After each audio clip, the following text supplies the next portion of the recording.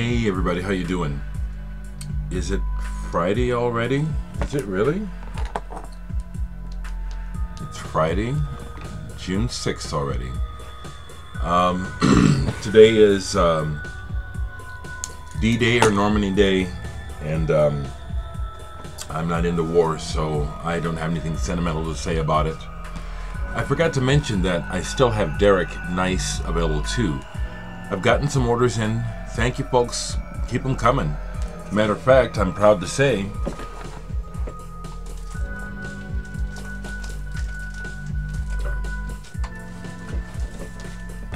I just sold out of this. Sonospheres 2 is officially sold out. I have a couple of personal copies left. I just got my last order in the last 24 hours. So Sonospheres 2, if you got it, folks, you have a collector's item. It's sold out. There's a couple copies in stores in Omaha, but I am personally sold out. Thank you. And like I said, I forgot to mention yesterday, I still have Nice available for sale. Black and yellow vinyl copies. Let me turn this music down. I thought I would make a video response for Henry, Cosmic Drifter. Henry, what's going on? It struck me that I wouldn't mind talking about. He asked me to elaborate a little bit more on meeting and talking to Sean Lennon, and I got to thinking that, excuse me, in general, whenever I've been able to meet artists, not just stars, not necessarily stars, but musicians and artists that have that have touched me, you know, whose work I admire or like, that's been real important to me all my life. And meeting musicians and artists whose work I love and admire, those people, meeting them means more to me than like meeting the president or meeting a politician or really almost anybody else. You know, to be honest, you know, art is very important to me. And so over the years, when I've been able to meet people, it's been kind of a thing of mine where I like to try to meet artists that I really like so I can talk to them. Usually because it's ego. You know, this is an ego thing. Usually I can surprise them with what I know about their work, and I've done it many times. It's fun. Did it with Philip Glass. I had a Philip Glass record that even he didn't have at the time. You know, it was a bootleg of some of his early recordings, solo music. It's on Shandar, and I got his autograph on it. When I met Don Preston of the Mothers of Invention, he was fascinated. I made his eyes bug with all of my questions, you know. And he said it twice. He said, "Man, you really do know a lot about music, don't you?" And I said, "I know what I like." But, you know, Don Preston is an example of the type of musician who works behind the scenes a lot and has made some major magic happen when it comes to the music of Frank Zappa, The Residents, and other people. He's done a lot of work where he's either uncredited or barely credited. I'm getting to Sean Lennon, but I just wanted to kind of say that, you know, Henry, the request in general struck a nerve because it has been something that I've enjoyed in my life. There are artists that I would like to meet: Ryuichi Sakamoto, Hiromi Hosono, Yoko Ono, the members of Yukihiro Takahashi. Those folks, I'd love to meet them and speak to them and talk to them about many things.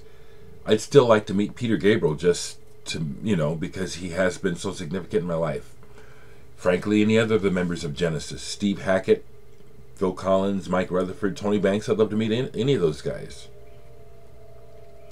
Some of the big name stars that everyone knows about, I'm not interested in meeting, mostly except to just say I met them, you know.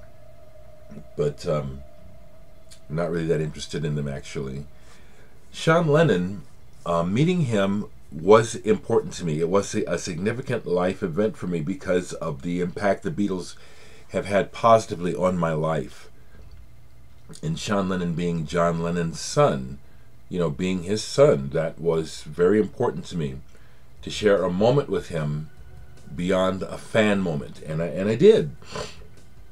And I waited. I was going to wait till the very end of the line, but he signed every record. He took a picture with every single person that waited in line for him. So I had some folks who were watching, some other local artists, musicians. They just told me, "Cut, Derek. Just go in. Get in now. Go."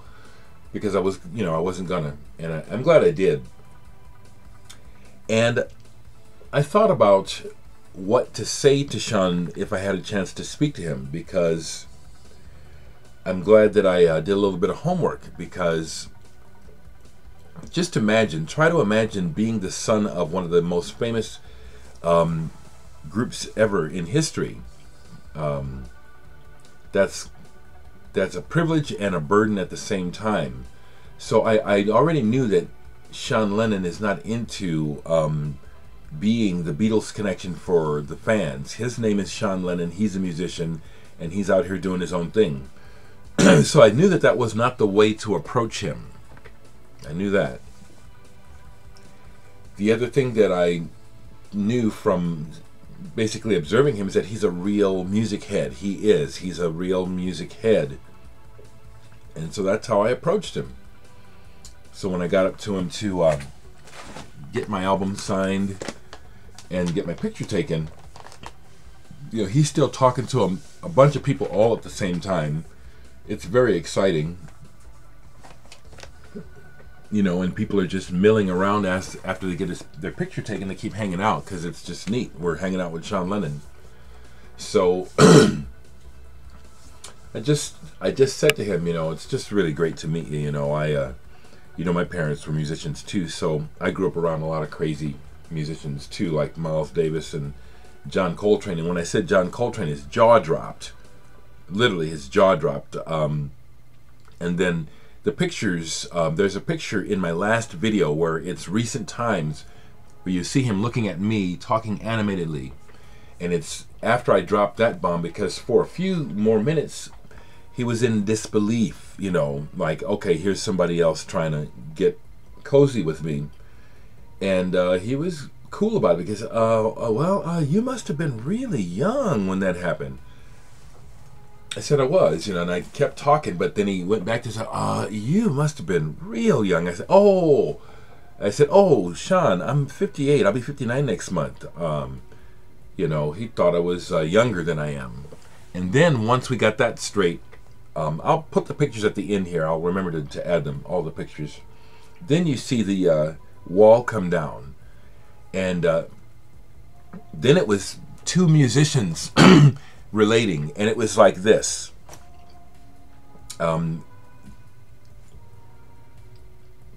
We quickly talked about psychedelia, the band July. He bubbled enthusiastically that one of the members of the band July, probably one of the Duhigg brothers, had recently got a hold of him because of a comment he'd made in an interview recently about influential psychedelic records. He had mentioned July. I'd caught that. So, you know, there was a lot that happened in a short time, but basically we connected musically. And I gave him my album. We talked about that for a minute. I said, I got to show you, Sean. I got to show you the vinyl. And it was great because then it was totally human, because it was a moment of envy. Oh, well, ours is, our latest one's on colored vinyl too. I mean, he was gobsmacked at my splatter vinyl. He was. I love it. I'll cherish it to the day I die. The glimpse of artist jealousy. We all go through it. His was green, but mine is purple splatter. And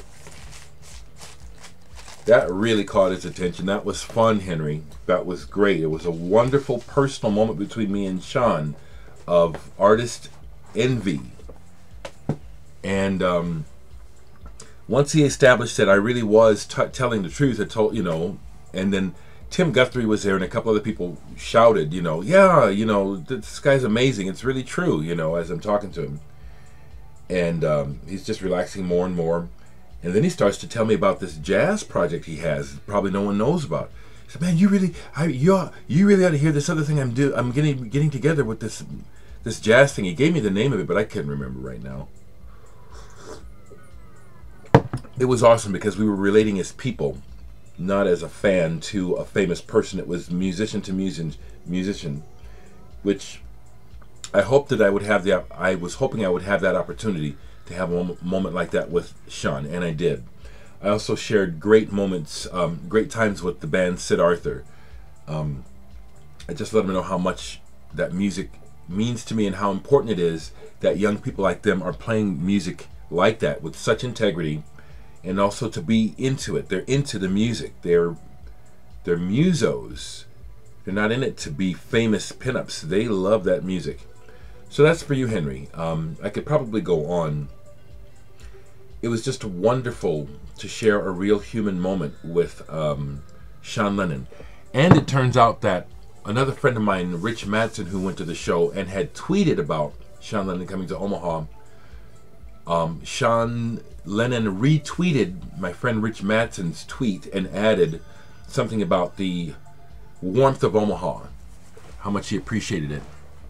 So that's one for the books. I was going to try to think of some other cool meetings with people, but that's the one that I wanted to share with you, is about Sean Lennon. So it turns out that Ringo Starr is coming to Omaha in October. I don't want to see Ringo Starr's band. I want to meet Ringo. We have the same birthday. That's always been very significant to me. 7/7, the 7th month and the 7th day. I'm a July 7th. He's July 7th. I'm 55. I don't know how old he is, but all my life that's always been just a personal badge of honor that I share a birthday with one of the Beatles, Ringo Starr. So if there's any way I can get a ticket to the show, I'll go. But my whole intention would be to meet him. Oh, last thing. Unashamedly, folks. Yeah. Please, buy my records. Keep me floating. I don't want people to give me money. I want you to buy my records. They're good. That's the last thing I'll say, is it's extremely pleasing how often I get letters, and I keep them all, of how surprised people are at how good Flyover is.